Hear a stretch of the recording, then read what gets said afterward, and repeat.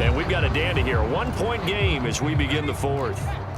And the question now, how do they want to work the clock here on 1st and goal? A field goal would give them the late lead. McCaffrey is not going to get in here as they push him back to the 2-yard line. 2nd and goal, and they will try again from the 2-yard line. Now they'll switch it up here and look to throw. And across the chalk into the end zone. It's a 49er touchdown. A great play there with his 2nd touchdown of the afternoon. And the Niners have moved out in front here in the 4th quarter. He's given him a little jolt, just gave him the lead there, but 2 TDs now in the game. And that jolt puts them in the lead. What a terrific job by him. He is carrying the ball and simply saying, I want to win. And now he's hoping his defense has that mentality as they try to hang on to that lead. And he will get into the end zone for the 2 points, and that helps. That gives him a 7-point lead. And with a successful 2-point try, the QB rolling out, I would imagine on the defense that makes it tough. When he goes out, he's got the option to run or pass. Yeah, it really does. If you decide not to bring extra people or extra pressure, maybe you have to have a spy on the quarterback, someone to account for him, because oftentimes that is the unaccounted for player.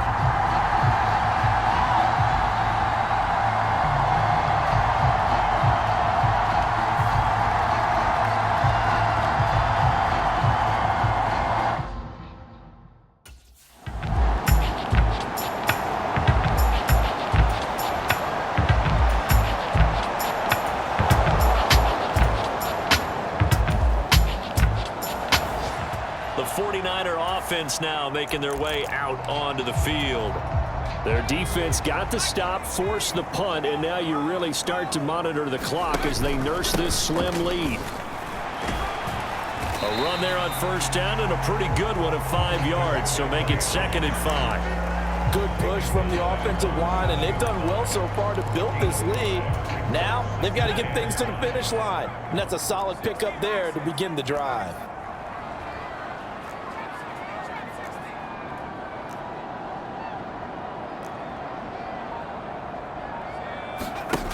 To throw on 2nd down, Dixon. And this one incomplete.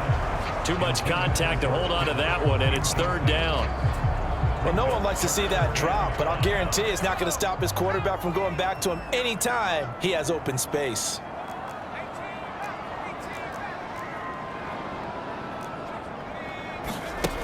From the gun on 3rd down, Dixon connects with Kittle underneath. And he'll be taken down, but he does have 1st down yardage. It's a 9-yard gain, and it'll keep the drive moving.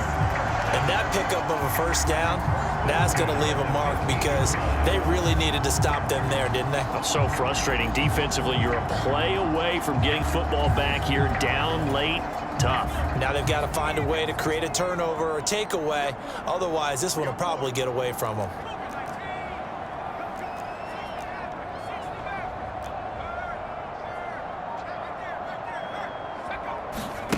On 1st down, Dixon. Samuel bringing in the slant. And he'll wind up getting this to the 32. A play that started at the 16, and that's how many yards they get. 1st down. And he's over 100 yards now after that last catch. Already, of course, leading the NFL in receiving yardage. So he's done nothing at all to hurt his cause to stay in that spot. But I've been so impressed with how he's gotten it done. Body control, route running. How about the way he competes for the football at the end of the play? From the 32 now, here's 1st and 10. They'll give it up to McCaffrey. Found a little room there as he's up to about the 37. 5 yards on the carry. Good pickup on 1st down. Here's 2nd and 5 now from the 37. Off the play fake. Dixon rolling to his left. And now a fumble. The ball's out. But an alert 49er able to gain possession, so they will indeed hold on to the pigskin. When that ball popped free, we could hear it all the way up here. Those guys down on the field alerting everyone of the fumble. He's lucky that his offensive mates picked him up and jumped on it. Yeah, and you have to think to yourself, and I'm sure they've been echoing it on the sideline and into the huddle. Guys, we have the lead. Just take care of the football. Don't make it easier for them to start to make a comeback. It'll be a pickup of 4, good enough to earn him yet another first down. And the tight end is certainly a position built to move the chains because they can control space underneath. If they've got good hands, then, of course, they're a dynamic target. But one other thing is they're right in the sight lines of a quarterback on just about every play, and that makes it easier for the quarterback to pick him out and deliver.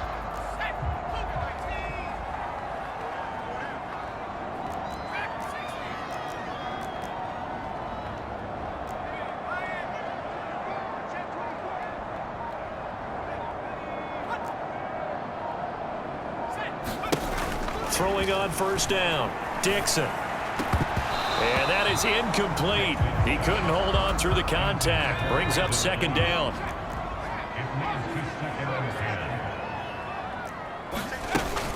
Back to the ground attack here. It's McCaffrey.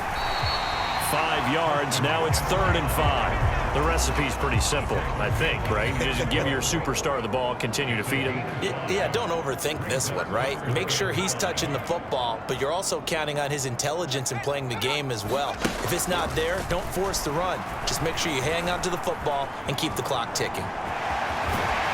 And he'll be brought down with a first down. The tackle's made at the Chiefs' 41-yard line. Give him 11 yards and time and a new set of downs. Partner, even I can figure out who deserves the lion's share of credit for their lead right now because he has been terrific in a dual threat role, really chewing up yardage and getting them points with his legs. Simply put, that defense has had no way of stopping him, and that's why his side is on top.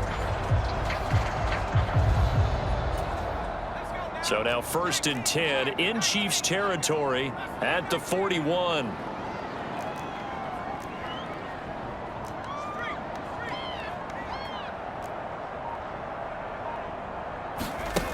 Looking to throw. Dixon escaping the pressure right. And some room to maneuver. And they'll have it in the red zone before he crosses over out of bounds. Big yardage there on the scramble. It gets him a first down. These are running back numbers that he's accumulating right now. Received double-digit carries and has rewarded them by breaking the century mark in rushing, in addition to what he's done through the air. Definitely MVP caliber football we're witnessing. On the ground, McCaffrey. Able to fight for about 4 yards there to the 13. Not a run that you're going to write home about, but still a good first down run. That's what an offense calls staying on schedule. 3 to 4 yards on first down, you're set up very well for the rest of the drive. Flushed out right. And it's complete in the end zone. Touchdown 49ers. Elijah Mitchell from 13 yards out. And the Niners add on to their lead, and it's looking like that win streak is going to extend another week. Well, that's certainly going to bump up the old win probability index because now it's a 2-score game here in the 4th quarter. Yeah, you're taking me into that deep water now. Win probability index. This game's definitely not over. We're not looking at a 0.5% or something. It's just 2 scores. But the way that this team has played, to me, what I've seen, they absolutely deserve to win this game. They've been the better team by far throughout.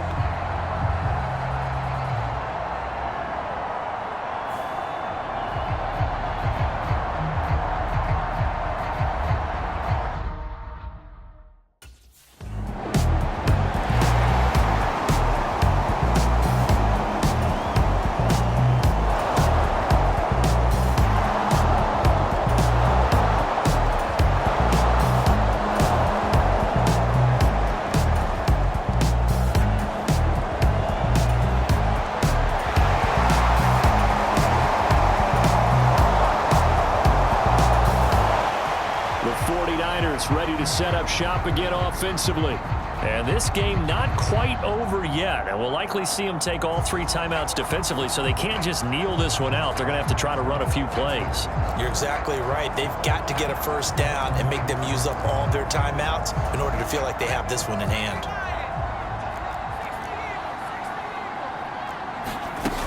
We've got to have 2 hands on the football here as they run on first down. And they're able to get this one across the 35. The Chiefs now going to use the first of their timeouts as they'll head to the sideline and talk over what to do next. Not totally home free yet, but it's looking good as they come up 1st and 10. They'll try and burn some clock now with McCaffrey. And he slips up past the 45 before being tackled. Now a second timeout called for by the defense. And they'll be disappointed to have to burn one there after giving up the first down.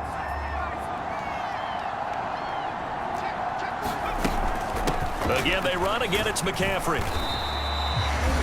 The Chiefs quickly now going to use the last of their timeouts as they'll talk things over prior to this upcoming second down play.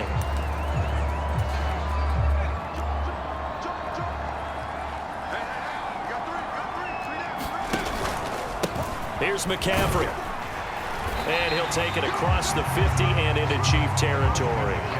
And now the question everyone's wondering, look at the clock, late 4th quarter, do they put the ball in the air here on 3rd? I don't. I run the football, and I tell my offensive line, no leakage up front. I don't want my running back hit as I hand the ball off to him. I don't want any type of an issue. But if I am going to throw it, quick throw, out to the perimeter, maybe one of my best receivers running a quick slant or something like that.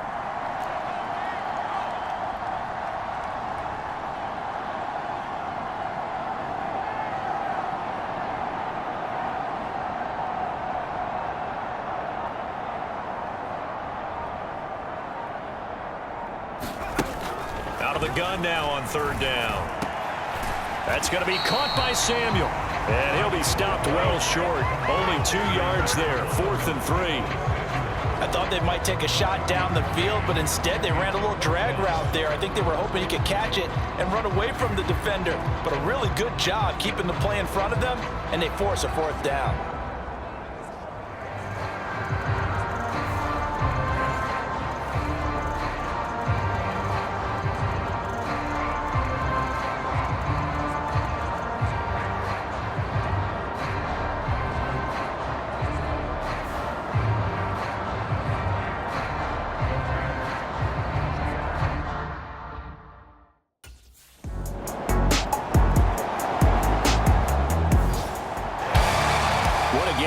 Treated to in this one, and on that final play they had a chance. They had the ball just beyond midfield for one final shot but couldn't get it done, and they suffer the loss. Yeah, and you mentioned how they had a chance on that final play, and getting into midfield gave them that opportunity, hoping they could find their way to the end zone and make that miracle happen. A really good ending to an entertaining contest, though. So for the Niners, their winning ways continue as they get it up to 7-0 and have to stay home again next week. Meanwhile, for Kansas City, they taste defeat for the first time this season as they drop to 5-1. And they will try to get back in the swing of things next week on the road.